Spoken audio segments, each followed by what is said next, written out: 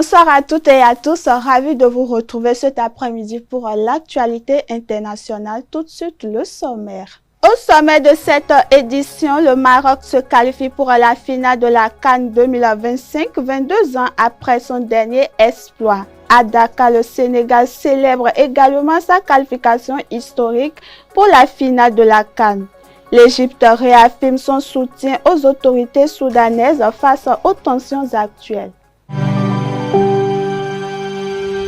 Tu viens d'avoir le bac ou tu veux te reconvertir dans un domaine d'avenir, faire le choix du numérique et rejoindre l'école supérieure d'administration, d'économie, de journalisme et des métiers de l'audiovisuel ESAE. De nouvelles filières sont disponibles dès cette rentrée: informatique et multimédia, informatique industrielle et maintenance, réseau informatique et télécommunications, système informatique et logiciel, sans oublier les filières initiales: administration générale, administration des finances, administration des affaires, sciences juridiques, sciences économiques, sciences de gestion, journalisme et métiers de l'audiovisuel. ESAE est disponible sur 4 sites: Cotonou Bedroumendé, Cotonou Akpakpa, Abomey-Calavi et Parakou. Pourquoi choisir l'ESAE? Des formations conçues pour le marché de l'emploi, des enseignants expérimentés et passionnés, des infrastructures modernes avec équipement de pointe, des opportunités de stage et d'emploi garanties. Les inscriptions sont en cours et les places sont limitées. Ne rate pas ta chance, donne vie à tes ambitions avec l'ESAE. Contacte-nous vite par appel ou par WhatsApp au 01 98 98 14 00 ou via email scolarité@esae.bj et visite notre site web www.esae.bj. Ton futur commence maintenant avec l'ESAE. Tu investis dans un avenir professionnel, concret et sécurisé. ESAE, l'excellence à un nom. Mesdames et messieurs, bonsoir. On démarre ce journal avec la CAN 2025. 22 ans après le dernier exploit, le Maroc retrouve la finale de la Coupe d'Afrique des Nations. Les Lions de l'Atlas ont éliminé le Nigeria lors d'une séance de tir au but tendue. Sur le terrain, les joueurs ont exprimé leur joie et leurs émotions, offrant à leurs supporters un moment de fierté nationale. Suivons ensemble.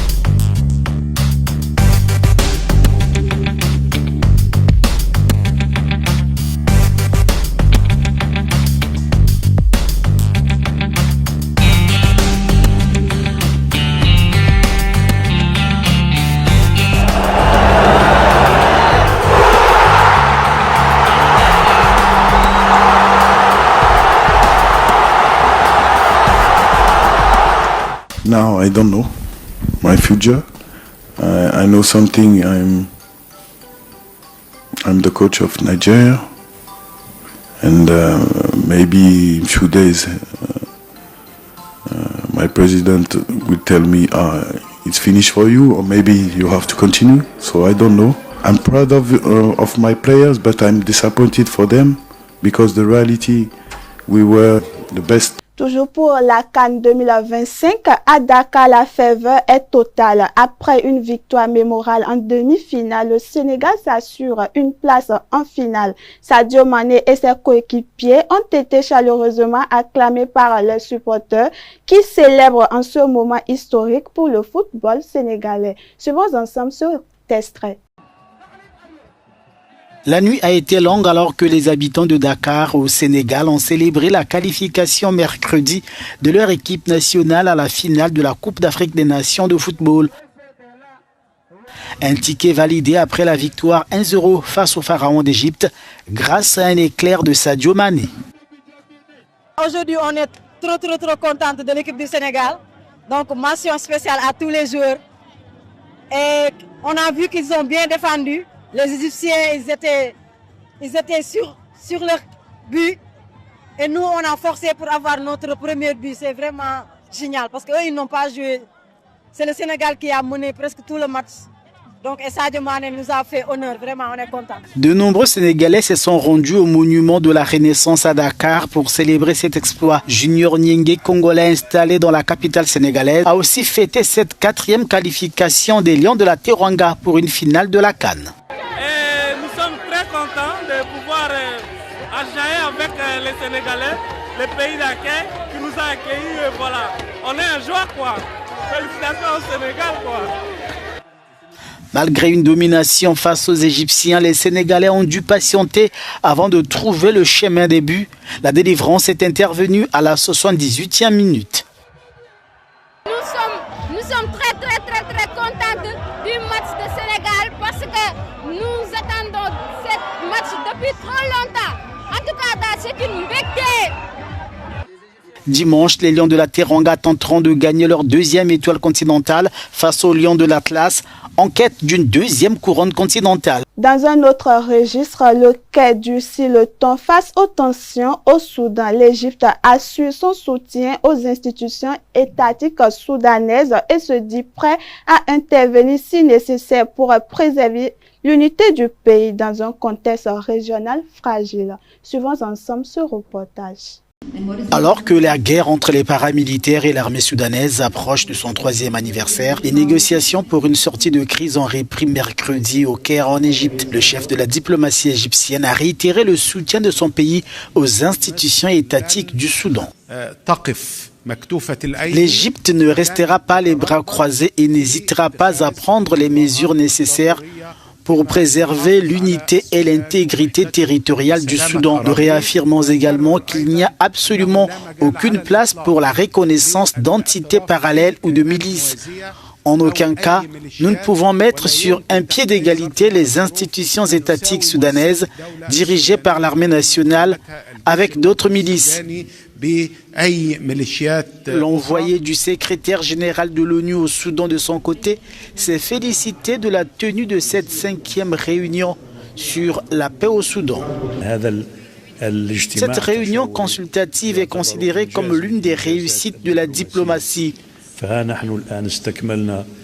Nous avons désormais terminé la 5e en 1 an et demi.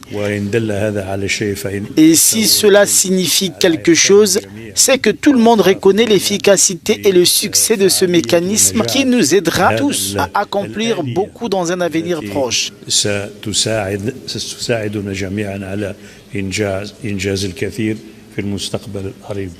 Mais en attendant, l'ONU et les États-Unis ont appelé les parties belligérantes à accepter une trêve humanitaire à l'échelle nationale. Madagascar et la Russie renforcent leur coopération militaire. Les autorités de la transition malgache veulent diversifier leurs partenariats stratégiques en réponse aux enjeux régionaux et internationaux en pleine recomposition. Extrait à suivre. La Fédération de Russie a fourni des équipements militaires à Madagascar et forme les forces armées de la Grande Île à leur utilisation, les deux pays renforçant leur coopération militaire. Madagascar semble ne plus cacher son orientation vers la Russie. En décembre, des images montrant un jet russe sur le tarmac de l'aéroport d'Antananarivo, la capitale, avaient suscité diverses réactions, obligeant les autorités à apporter des précisions. Les responsables de la transition malgache affirment leur volonté de diversifier leurs partenaires depuis la chute d'Andry Rajoelina dans un contexte de grogne populaire porté par la génération Z. Madagascar est dirigé par le colonel Michael Randrianirina.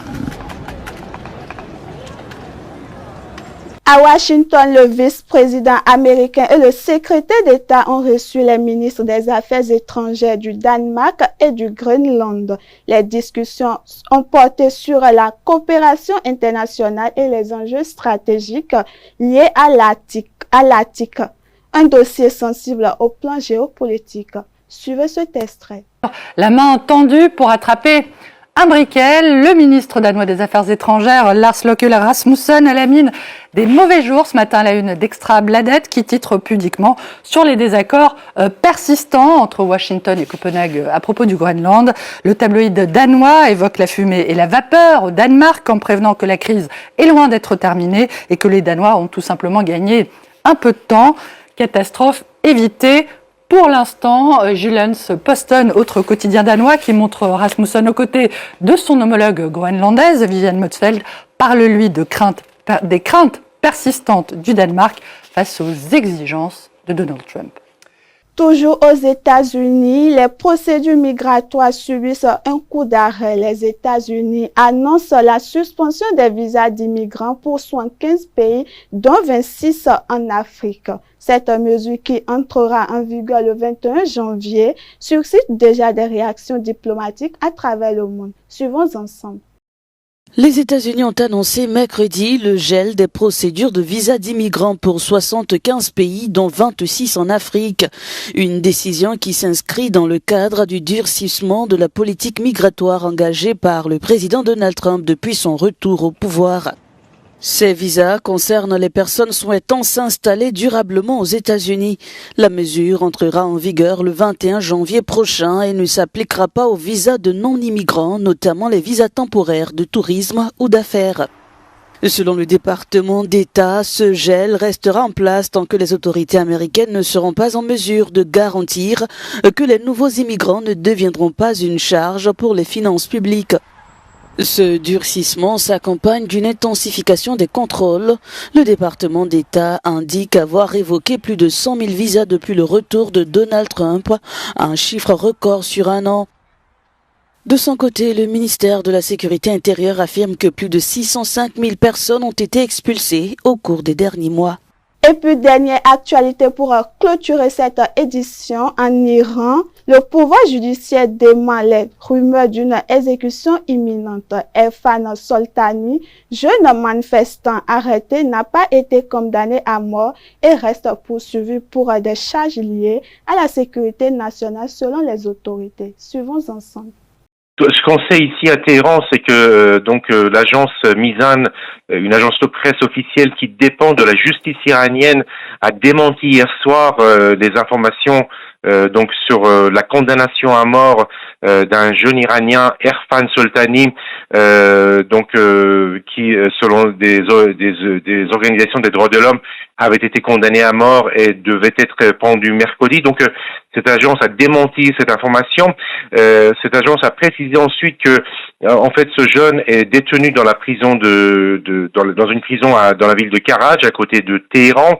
Il a été arrêté samedi et qu'il est accusé seulement, selon les termes utilisés par l'agence, d'action contre la sécurité nationale et de propagande contre le régime. Toutes ces dernières années, de telles accusations valent en fait une peine de prison qui peut aller jusqu'à 5 ou 7 ans de prison. Donc ce qui veut dire qu'en tout cas pour de ce jeune Iranien, il n'y a pas de peine de capitale prononcée selon cette agence de presse officielle.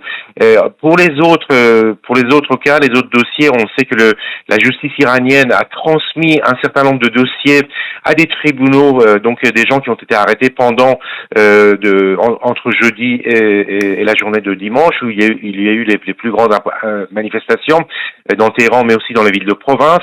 Ces dossiers doivent être traités en priorité par les tribunaux selon le procureur général de l'Iran, mais pour l'instant il n'y a aucune information sur d'éventuelles peines prononcées et de jugements prononcés par ces tribunaux. Donc on peut penser que pour l'instant il n'y a pas de peine capitale prononcée contre les personnes arrêtées. Et voilà, chers internautes, nous mettons fin à ce journal. Merci de nous avoir suivis. Bonne suite de programmes sur Esaü Télévision.